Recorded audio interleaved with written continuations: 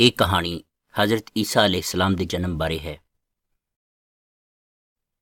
ਅੱਲਾ ਨੇ ਆਪਣਾ ਫਰਿਸ਼ਤਾ ਹਜ਼ਰਤ ਜਿਬਰਾਹੀਲ अलैहिस्सलाम ਨੂੰ ਕੁਆਰੀ ਮਰੀਮ ਕੋਲ ਭੇਜਿਆ।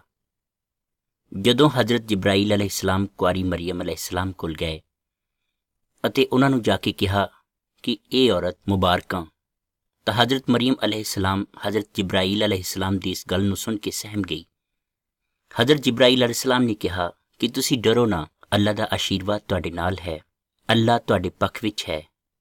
ਉਹ ਤੁਹਾਨੂੰ ਆਪਣੇ ਵੱਲੋਂ ਗਰਭਵਤੀ ਕਰੇਗਾ ਅਤੇ ਤੁਸੀਂ ਇੱਕ ਪੁੱਤਰ ਨੂੰ ਜਨਮ ਦੇਵੋਗੇ, ਜਿਸ ਦਾ ਨਾਂ ਤੁਸੀਂ ਈਸਾ ਰੱਖਣਾ ਹੈ।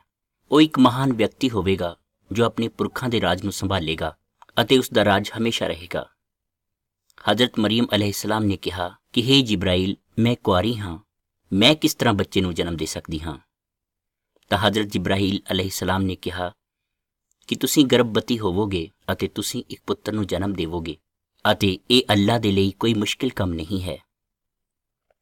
ਇਸ ਤੋਂ ਬਾਅਦ ਹਜ਼ਰਤ ਮਰੀਮ अलैहिस्सलाम ਨੇ ਕਿਹਾ ਕਿ ਅੱਲਾ ਕਰੇ ਇਸੇ ਤਰ੍ਹਾਂ ਹੋਵੇ ਜਿਵੇਂ ਤੁਸੀਂ ਕਿਹਾ ਹੈ, ਮੈਂ ਅੱਲਾ ਦੀ ਨੌਕਰਾਨੀ ਹਾਂ। ਇਸ ਪਿੱਛੋਂ ਉਹ ਫਰਿਸ਼ਤਾ ਉੱਥੋਂ ਚਲਾ ਗਿਆ। ਜਦੋਂ ਹਜ਼ਰਤ ਈਸਾ अलैहिस्सलाम ਦਾ ਜਨਮ ਹੋਇਆ ਤਾਂ ਪੂਰਬ ਤੋਂ ਕੁਝ ਲੋਕ ਚੱਲ ਪਏ ਜੋ ਤਾਰਿਆਂ ਨੂੰ ਵੇਖ ਕੇ ਉਹਨਾਂ ਦੀ ਪੜ੍ਹਾਈ ਕਰਦੇ ਸਨ। ਉਹ ਚਲਦੇ ਚਲਦੇ ਯਰੂਸ਼ਲਮ ਸ਼ਹਿਰ ਵਿੱਚ ਪਹੁੰਚ ਗਏ।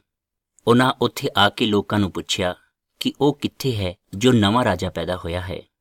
ਅਸੀਂ ਉਸ ਦੀ ਇੱਜ਼ਤ ਕਰਨਾ ਚਾਹੁੰਦੇ ਹਾਂ, ਉਸ ਦਾ ਸਨਮਾਨ ਕਰਨਾ ਚਾਹੁੰਦੇ ਹਾਂ। ਉੱਥੇ ਦੇ ਲੋਕ ਇਹ ਸੁਣ ਕੇ ਬਹੁਤ ਹੈਰਾਨ ਹੋਏ ਤੇ ਉਹ ਲੋਕ ਫਿਰ ਚੱਲ ਪਏ ਇੱਕ ਖਾਸ ਤਾਰੇ ਦੇ ਪਿੱਛੇ ਪਿੱਛੇ। ਉਹ ਤਾਰਾ ਚਲਦੇ ਚਲਦੇ ਬੈਤੁਲਹਿਮ ਪਿੰਡ ਉੱਪਰ ਰੁਕ ਗਿਆ। ਉੱਥੇ ਪਹੁੰਚ ਕੇ ਉਹਨਾਂ ਲੋਕਾਂ ਨੇ ਹਜ਼ਰਤ ਈਸਾ ਨੂੰ ਬਹੁਤ ਸਾਰੇ ਤੋਹਫੇ ਭੇਂਟ ਕੀਤੇ। ਉਸ ਪਿੱਛੋਂ ਉਹ ਵਿਦਵਾਨ ਲੋਕ ਵਾਪਸ ਪੂਰਬ ਵੱਲ ਆ ਗਏ। ਇਸ ਤੋਂ ਬਾਅਦ ਹਜ਼ਰਤ ਈਸਾ ਹੌਲੀ ਹੌਲੀ ਵੱਡੇ ਹੁੰਦੇ ਗਏ। ਉਹ ਜਿਉਂ-ਜਿਉਂ ਵੱਡੇ ਹੁੰਦੇ ਗਏ ਉਵੇਂ ਹੀ ਹੋਰ ਅਕਲਮੰਦ ਹੁੰਦੇ ਗਏ। ਇਸ ਤੋਂ ਬਾਅਦ ਹਜ਼ਰਤ ਈਸਾ अलैहिस्सलाम ਨਾਲ ਅੱਲਾ ਦਾ ਸਾਇਆ ਹਮੇਸ਼ਾ ਰਿਹਾ।